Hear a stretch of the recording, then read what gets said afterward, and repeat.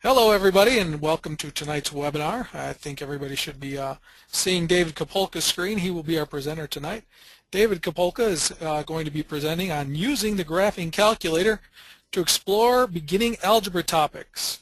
David Kopolka is a Casio Teachers Advisory Council member and does a lot of training for Casio and has some really unique ideas. If you've never seen David do a presentation either at a webinar or at one of our conferences or one of the national conferences, you're in for some great stuff. He has some great ways of looking at mathematics outside of the norm. Everybody is currently in mute mode, which means that your microphone is turned off. It's just so we can make sure that David has the floor and has control of your screen and what you're hearing.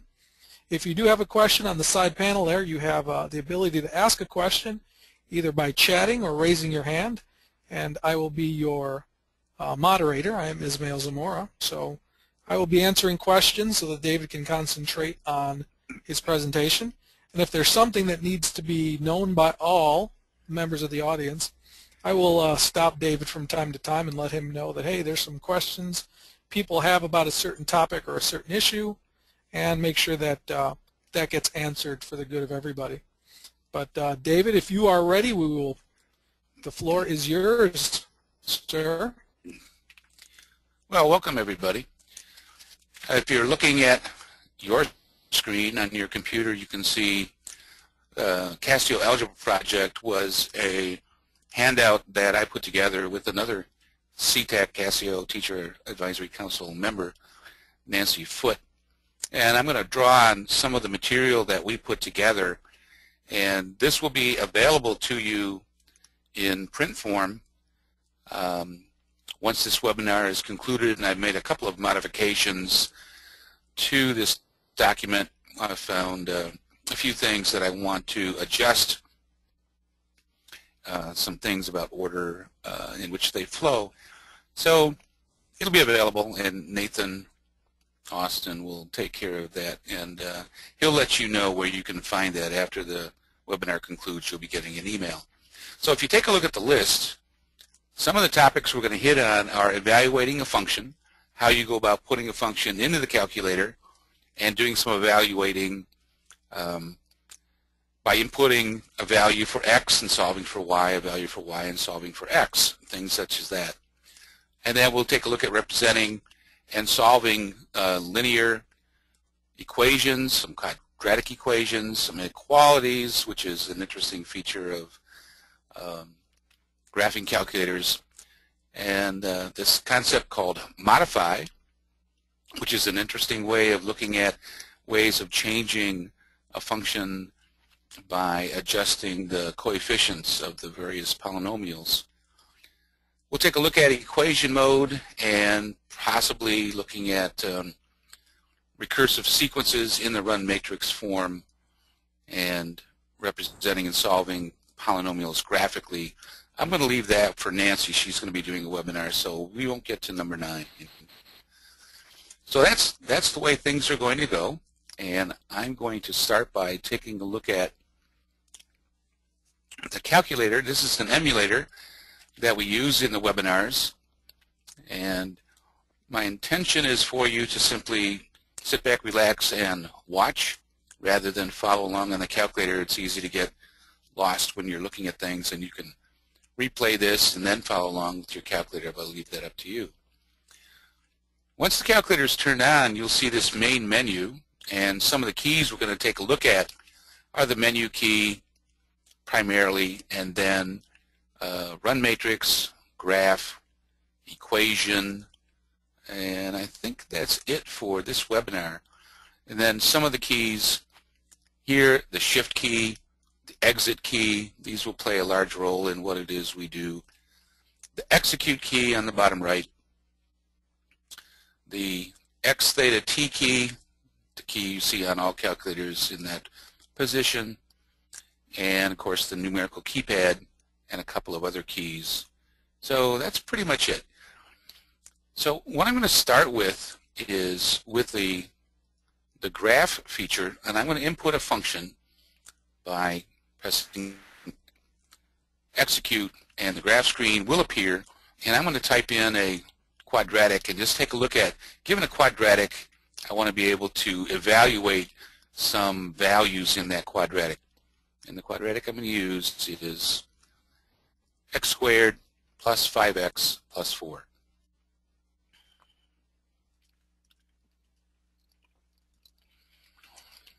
Once you enter a function into the y equals menu, you have to press execute, so it's selected, and you'll notice it's selected by the equal sign. And then you have a couple of things to decide. One is to set up the window, and you can do that by pressing the shift and then the F3. If you press F3 now, you'll be changing the type of function. So press shift, F3, and you'll see I'm in what's called the initial window, which will be good for plotting this particular function.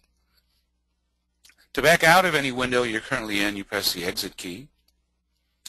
And then over on the right, you'll see the word draw, which is F6. And there appears our quadratic. And if it's not in a position that you like, you can use the wheel and press the left arrow, and you'll notice that the window will adjust, giving you a different view of your graph. Excuse me. Now what I'm going to do is I want to take a look at various values here. We'll come back to this particular graph a little later on. And I'm going to press the, I want to solve here, so I'm going to press the G solve, and I'm going to right arrow over, and I can take a look at a y calculation or an x calculation. So I'm going to press F1 for a y calculation. This allows me to input a value for x, and I'm going to type number 2 and execute that.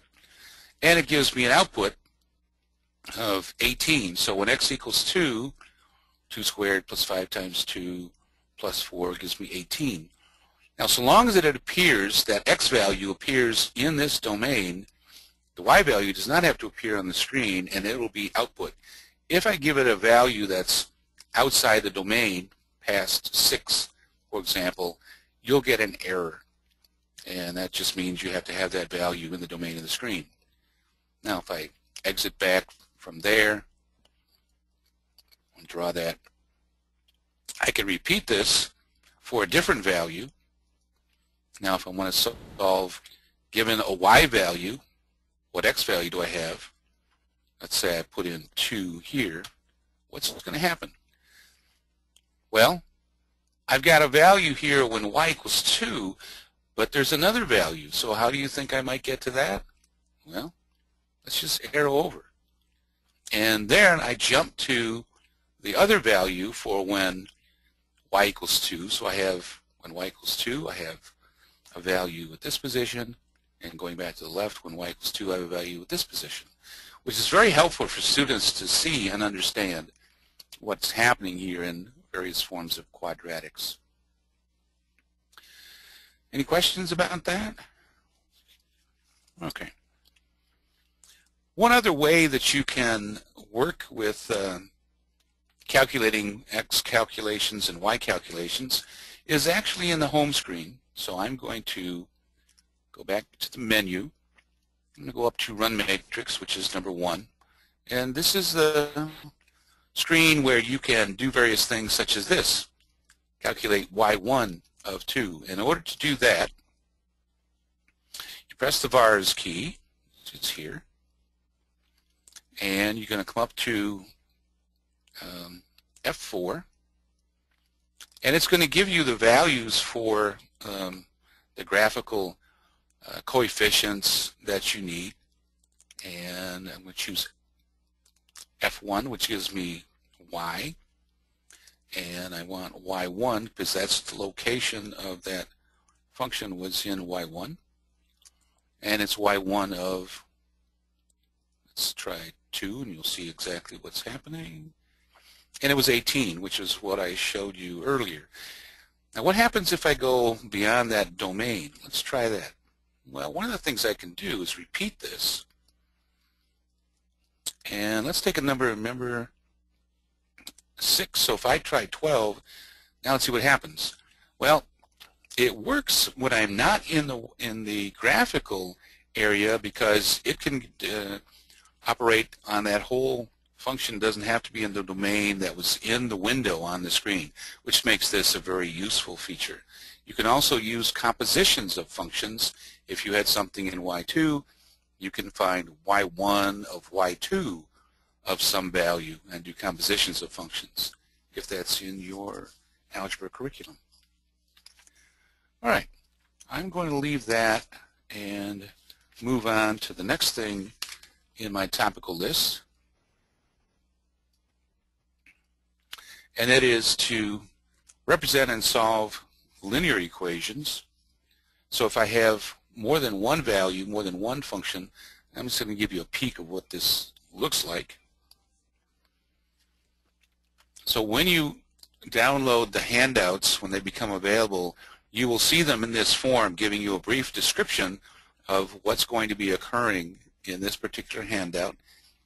And rather than give you one big one, I'm going to give them to you in these pieces so you can print out just the part that you want.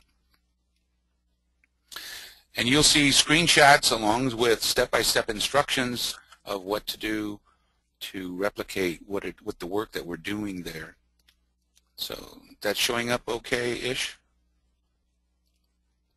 Yes, yes it is. All right. Oops. Everything's good. Okay. So I'm going to go back to the menu, and I'm going to go back into the graph, which is number 5. And I'm going to change this function. I want to show you how to delete. Press delete. Offers me the chance to accept that or not. And I'm going to put in a simple linear function, 2x plus 3.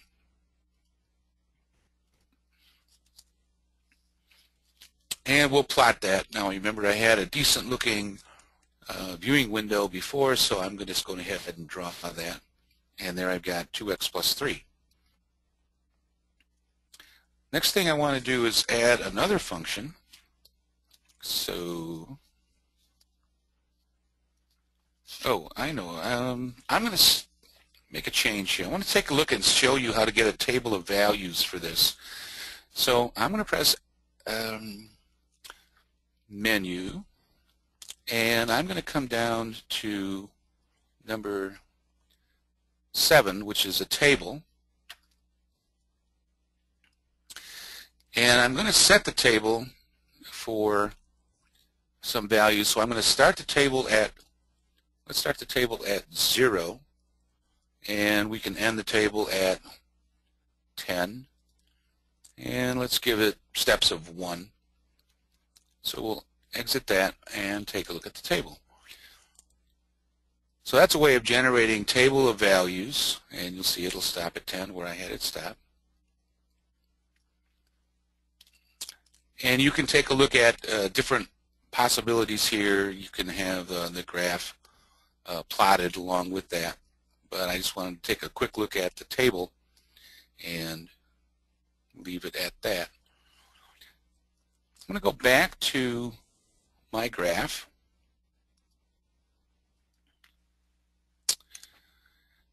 And put in a second graph, second function, and this function is negative 5x minus 1. Press execute, so that's selected, and go ahead and draw that. All right, now I've got these two functions, and I'd like to see a little more of that, so remember you can arrow up or down, right or left, and I want to find that intersection. Now to find the intersection, use gsolve, which is F5, and I've got these possibilities. Well, there's intersection right there, is F5, and immediately goes to the intersection. And since there is only one, if I right arrow, nothing will change. There is no other intersection of the two lines. So that's how you can go about finding an intersection and solving those two equations simultaneously by using a graph. little later on, we're going to look at solving systems of equations using one of the menu features called equation. Now, let me see what I want to do next. Looking at solving quadratics graphically, this is something that Nancy put together, but I'm going to go ahead and show it because it's a nice flow into this. I'm going to exit back, and I'm going to change, I'm going to delete, I'm just going to deselect that. I'm going to delete this function, and I'm going to enter that function I had a while ago, x squared plus 5x plus 4.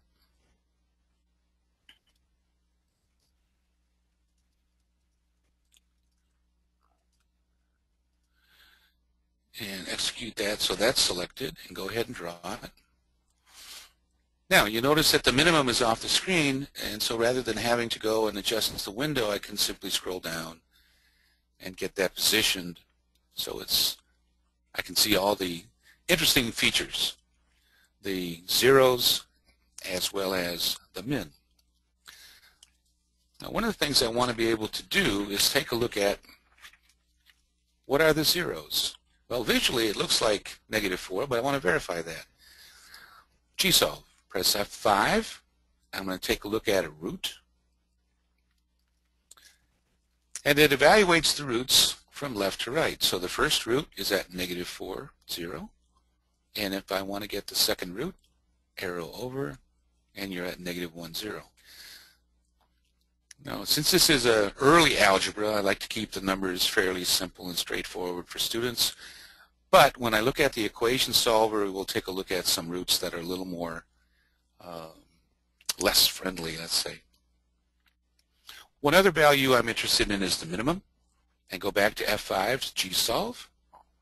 Minimum is F3. And there's the minimum. And so you can find that value for purposes of comparison. Now in the advanced courses, you could put in a tangent line and adjust that and show what happens to the slope of the tangent line as it approaches the minimum, but that's for another webinar. Maybe a follow-up to this in more advanced algebra.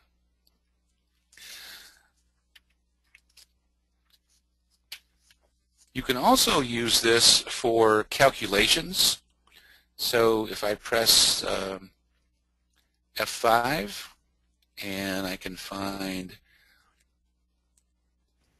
x values, so if I'm looking for a particular x value here, I can type in something like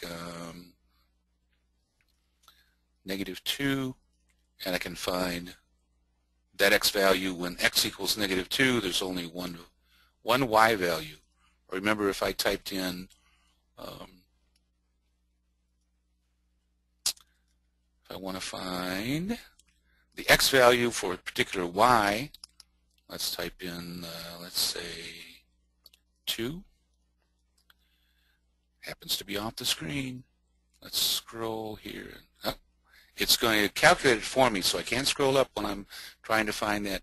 So at -4, I'm up at 2. That's slightly off the screen. Scroll over, and there you go. So let me exit out of that, redraw it. Now I can scroll down, and now if I go ahead and solve those, let's do that again. It was, did I say -2? No, I think I said 2. All right. Let me go back to that. Try that again. 2. Execute. There. So those are the two values that you see. This is something I did earlier, but it's worth repeating. You can also go back into the run matrix and do the same f of x type calculation, y1 of 2, and you'll see that you'll get a couple of values that way. There is a shortcut to doing this as well. If you press trace, and when you're in trace, you can press and type in a value. For example, now when I'm in tracing, I can trace, but if I want a particular value, let's say I want to know what happens at -2.5, I simply type in negative. You know what? Notice what's happening on the screen. It immediately says, "Oh, you must want a particular x value," and it happens to be looks to be the minimum. So when you're tracing, you can just type in a value if you're interested in doing that, like -1, and see that that's a 0. So not a lot of people may be aware of doing that in the trace mode, which is a nice feature of a graphing calculator. All right, moving right along. Next thing I want to do is show you how to change from equalities to inequalities, and we'll take a look at a plot of an inequality. So to back up from this screen, or any screen, you press exit. It returns you to a previous screen. I'm going to scroll up. And there are a couple of ways I can change this to an inequality. One is to press F3 for type. And you notice I can type here in y equals, polar mode, parametric, x equals.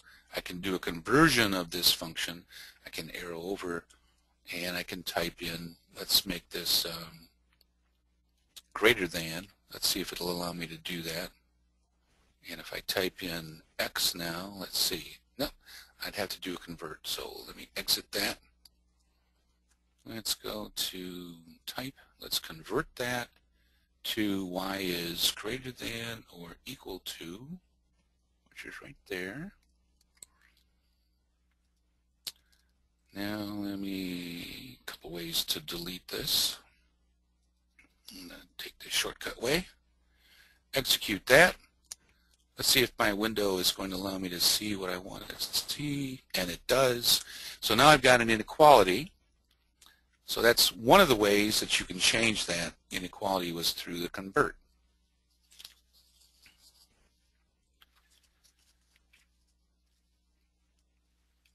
I'm going to add a second function.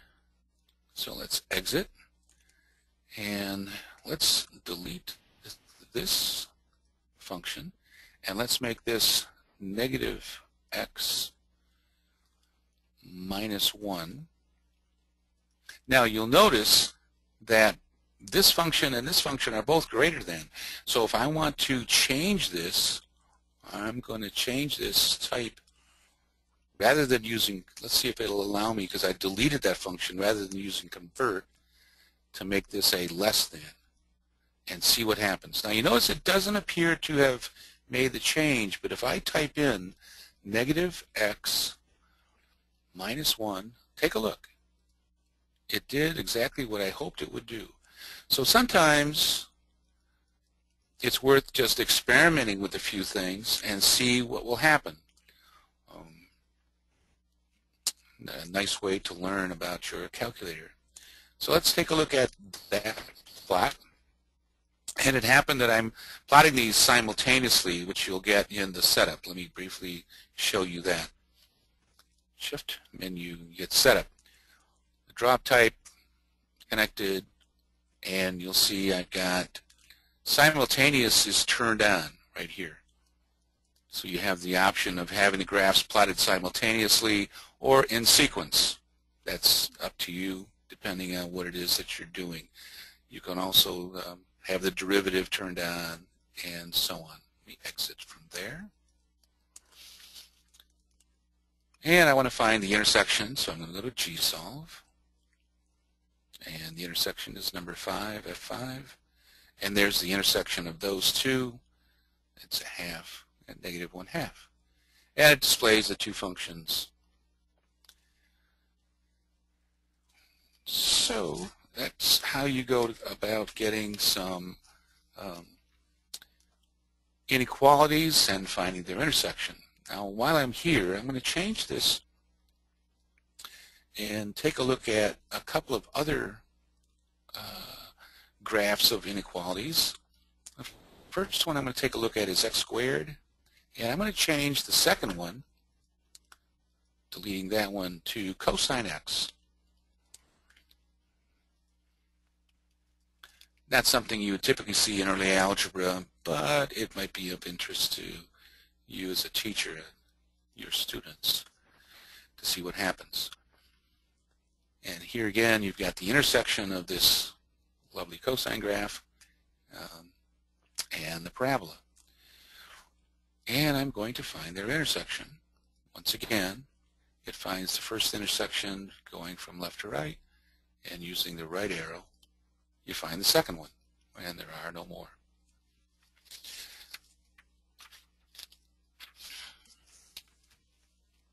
Okay. So that gives you an idea of solving simultaneous equations by graphing along with the inequalities, and how you go about changing from equalities to inequalities using the tool here, type. I'm going to leave that, and the next thing we'll take a look at is modify.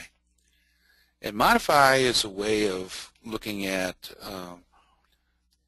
functions having coefficients that you can adjust, and then show students what happens as you change the value of the coefficient with simple clicks and see what happens on the screen.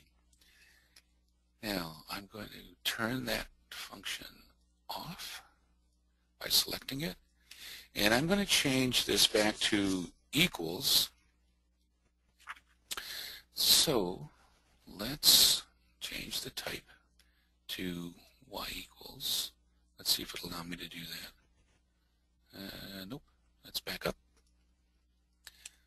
And I'm going to use, hang on a second, just delete this one first. There. And I want the type to be y equals, and I'm going to use y equals ax. So to get the a, which is right in this position above the x theta t key, I'm going to press alpha. That gives me the a, and you notice I'm in equals now. And I'm going to make this very simple for algebra, y equals ax. Now, you will press F5 for modify, and this allows me to use any function which has coefficients, and I'm just going to use 1 to get started. Press F5 for modify, and you'll see that my coefficient right now happens to be 1.5. If you want to change that, you can simply press the right arrow, and it's going up by steps of a half, and it's hardly visible on the screen, but as it changes these, it leaves a small trace, but you can't quite see it. Now, if you want to change the steps rather than press the left and right arrow, I can press a value. So if I want a to start at 1, I simply press a 1, and that gives me the value that I want. If I want to change the step value, I down arrow to it. You'll see now it's selected, and I can choose to press whatever value I want the step to be from the keyboard. I'll press a 1. If I want to change it to something else, I can do it now. So if I change this to, let's go, you can see what happened. I dropped it by a full step of 1. So it's 0, -1, -2, -3, -4. And it's a way to investigate with students what's happening when you're adjusting the coefficient of x with steps of 1. So imagine doing this with something like a trig function, a polar function, a quadratic function, any function that you want, and you don't have to have just ax. Let's adjust this. Let's exit a couple times, and let's add a b. So let's make this ax plus b. Alpha and b, oops, excuse me. I need a plus sign. Now alpha, b, execute.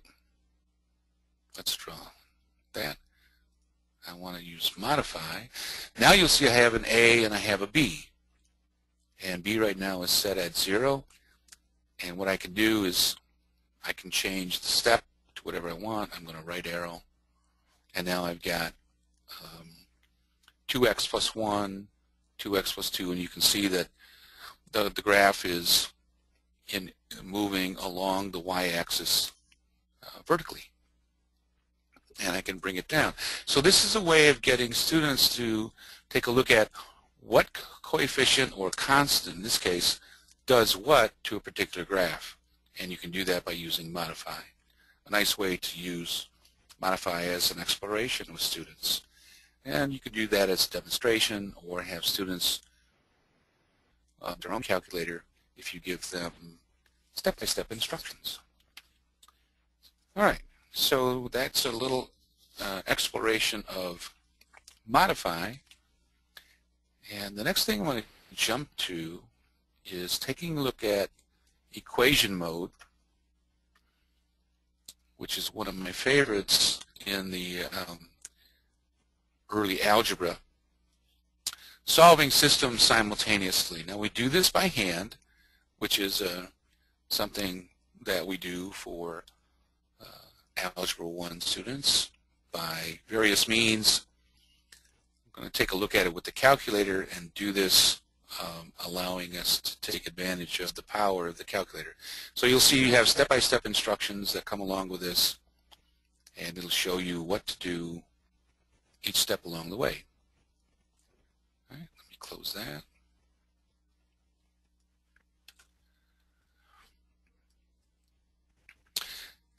I'm going to go back to menu. Now we have to put the calculator in equation mode, which is listed as A in the main menu. Execute that. And I'm going to solve simultaneous equations. We'll come back and we'll take a look at polynomial in a moment. So F1. Number of unknowns. I'm going to have 2 unknowns. And let me clear that out, show you how easy it is to clear things out and then enter the values. So the first value I want to put in, my function is 4x plus 5y equals 35. So 4, and execute, and it jumps right to the next value, and you'll see the form that you're in. It's a sub n x plus b sub n y equals c sub n. Type in a 5, execute, and it equals 35. And execute, and it scrolls down to the next value in my matrix. And the next function is negative 3x plus 2y equals negative 9.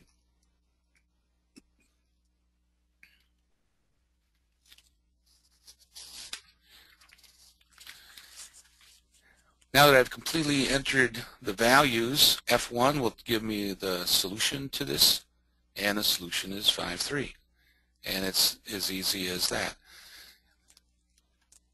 What I would do with this particular problem is have students take a look at solving it graphically and solving it algebraically, so they see they have many ways to use their technology. If you're solving it graphically, you're going to want to put it in solve for y. Put 1 in y1, 1 in y2, find the intersection. Algebraically, you're going to have to do some multiplication and elimination. You can't just do a straight multiplication without involving some fractions. So something to think about when you're working it that way. I'm going to press exit, and I want to use exit a couple times to back up to this window. I'm going to go to the polynomial solver, which is F2.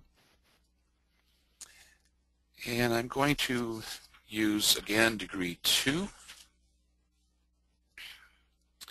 Let me clear that out. And my polynomial is x squared minus 4. So I'm going to type in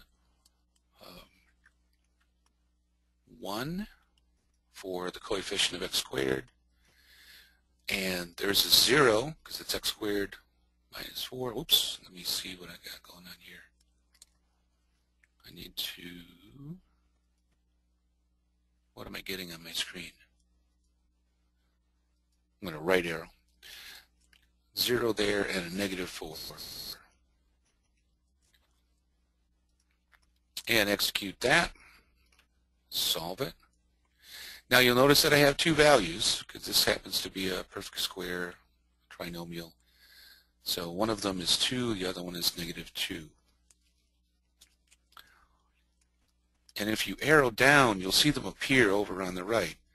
Now, one of the nice things about Polynomial Solver is what happens if you have roots that aren't as pretty. In other words, maybe they're not integer, or maybe they're not rational. I'm going to change this to negative 1 minus, arrow over, and minus 2, and let's see, and make this a positive 4, and execute that. Solve it. Now you'll notice that you're getting an approximate value for x1, and you're getting the exact value displayed on the bottom right, which is very nice. And you'll notice that you're getting its conjugate, which is a pretty sweet display, and something you want to take a look at graphically and verify those. But this makes a nice rich discussion for students. So what would this look like graphically, and why are we getting these values that are conjugates?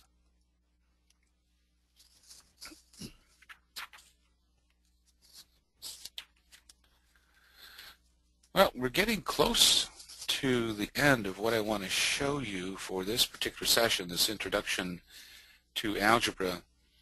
And one of the things I want to finish up with is recursion in the home screen. And I'll keep that fairly simple and straightforward.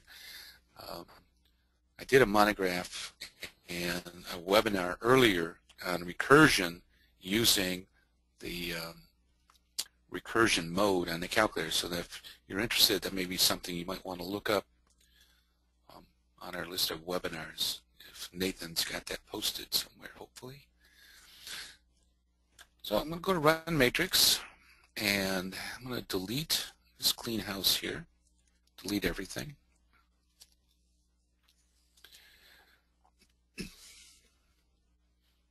What I'm going to do is just type in a value, negative 13. When you press exit or execute, that gets stored in the answer, as it does on most calculators.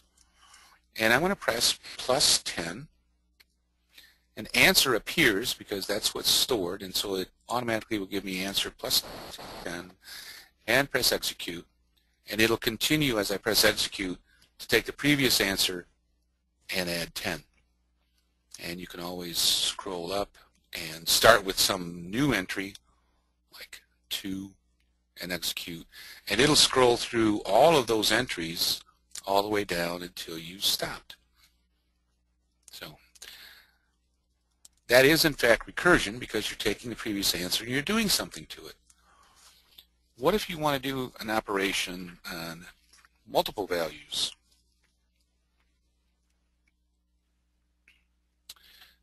Let me delete that and delete everything, clean house a little bit. And I'm going to use two values, so I need the braces. And the braces are located as a shift value on the multiplication sign and a shift value on the division sign. So I'm going to press shift, and I get my left parentheses. And you'll notice when I press the shift key, you'll see a little yellow S here, 0, comma, and the negative 13.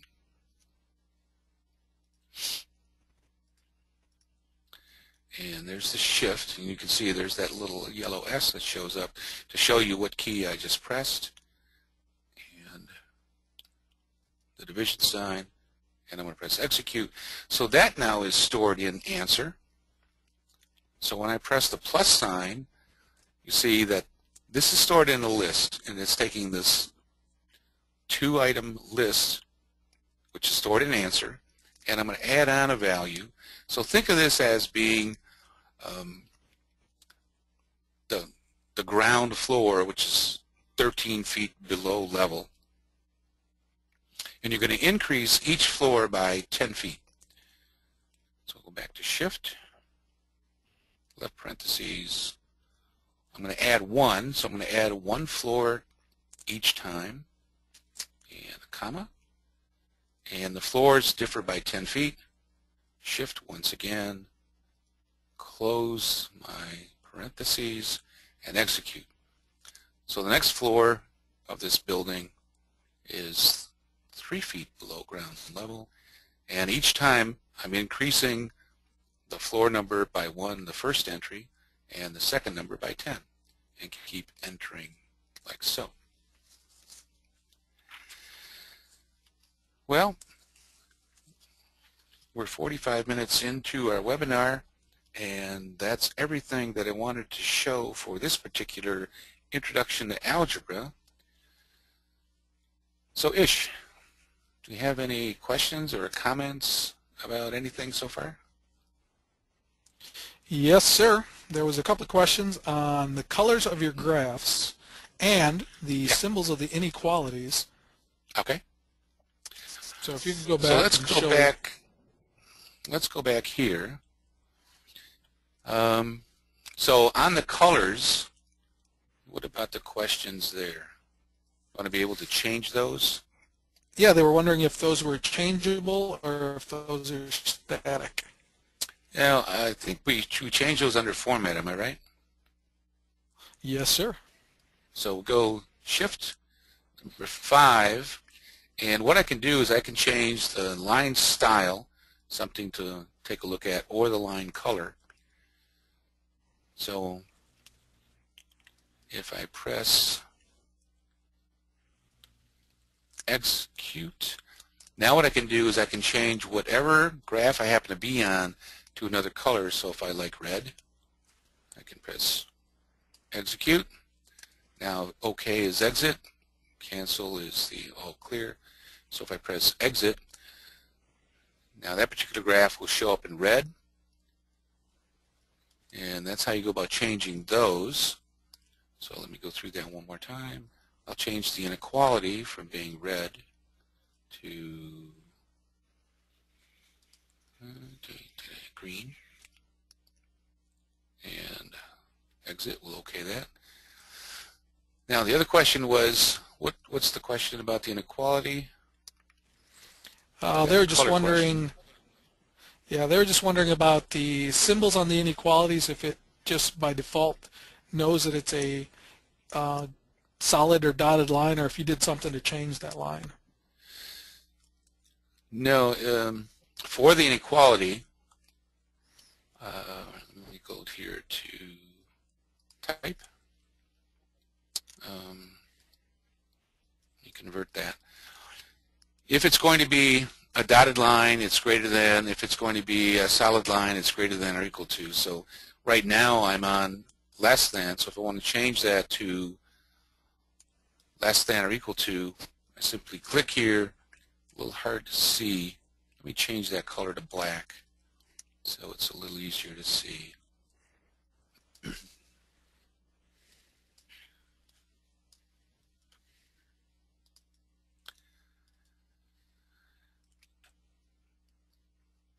So let me go back here to type. Let's convert that. And you have these options. I can in fact change that to a graph in terms of x, which is a surprise to a lot of people. I'm going to get into some trouble if I do that with x is greater than a cosine. So let me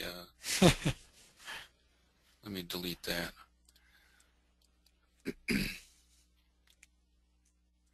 Now what's going to happen, I've got y equals x. I've got to mess around with this a little bit. You go type, convert that to, let's see if I can get that.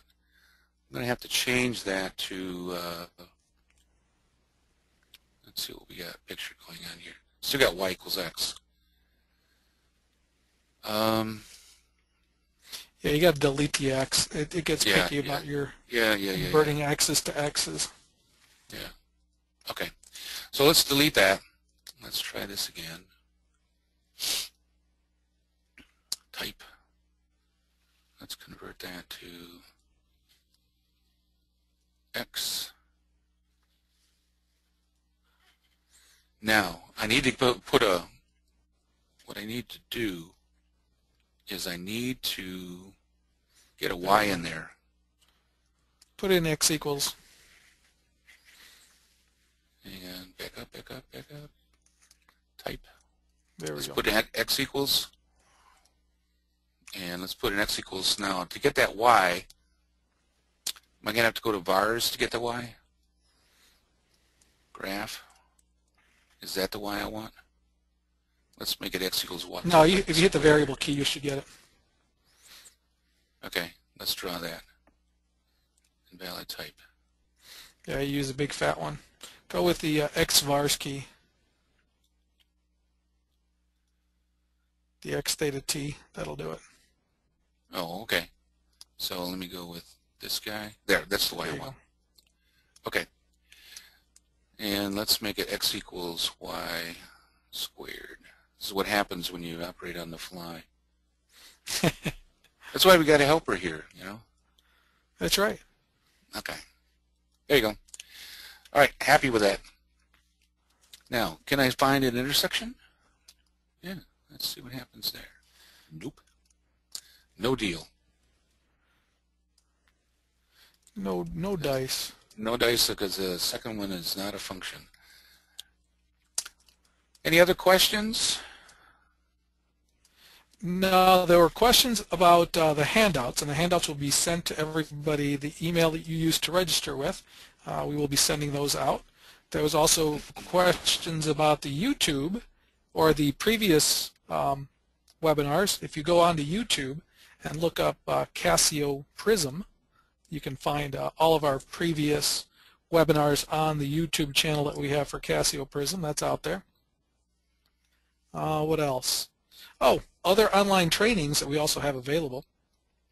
If you go to the CasioEducation.com, so if you type in Casio Education, all one word, .com, you follow the educators, go right back over to the online training, you'll be able to go ahead and look at the online training. So let me pull up my page real quick. So I'm going to go ahead and take over control of your screen for a second, David. I'll hand it right back. Go right ahead. No, it's okay.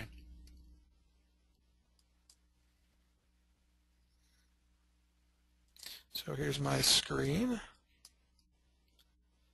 There's the Casio Education.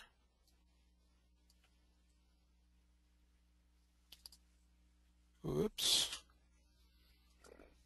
CasioEducation.com/educator/online training. That will go ahead and give you the online training information for any other webinars that we've got coming up. We've got a few of them coming up. David Kopolka did this one and maybe doing another one sometime down the line.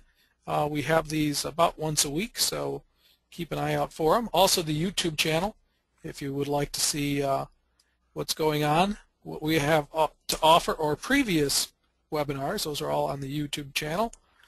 I checked YouTube a second ago, and of course it was down, so it's the first time I've ever seen that happen. So I'm going to hand this back to you, David, to let you finish off the show.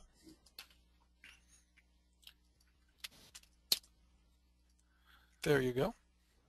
Okay, so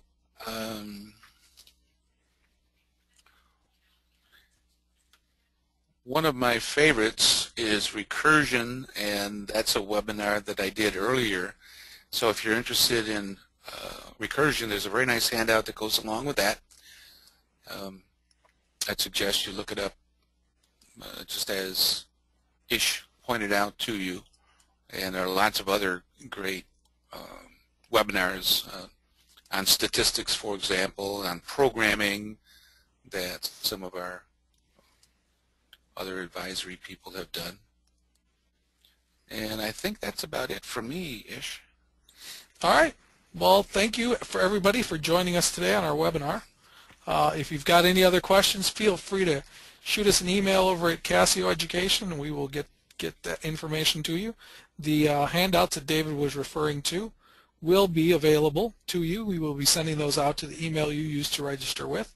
Thanks for joining us for tonight's webinar. This is the first of the school year's series for this year. So David, thank you for kicking us off and starting us off the right way. You should be looking for this webinar on our YouTube channel as well. Sign up for other webinars that will be available. These are absolutely free. If you have any questions, feel free to drop us an email, get a hold of us somehow, and we will get back to you with all the answers. So thank you all very much. Thank you, David, once again. Great webinar.